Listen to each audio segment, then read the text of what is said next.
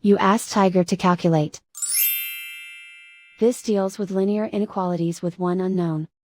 The final result is p greater than 6. Let's solve it step by step. Swap sides.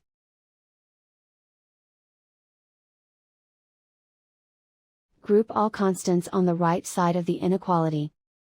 Subtract 8 from both sides.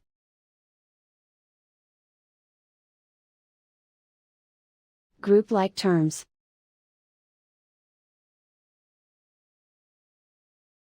Simplify the arithmetic.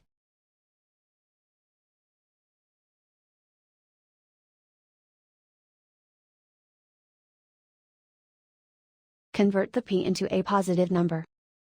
Multiply both sides by -1. Whenever you multiply or divide by a negative, reverse the inequality sign.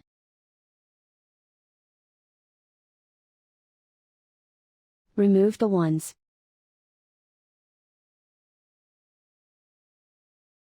Simplify the arithmetic.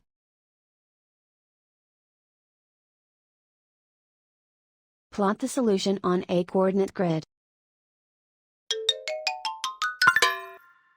And so the final result is p greater than 6.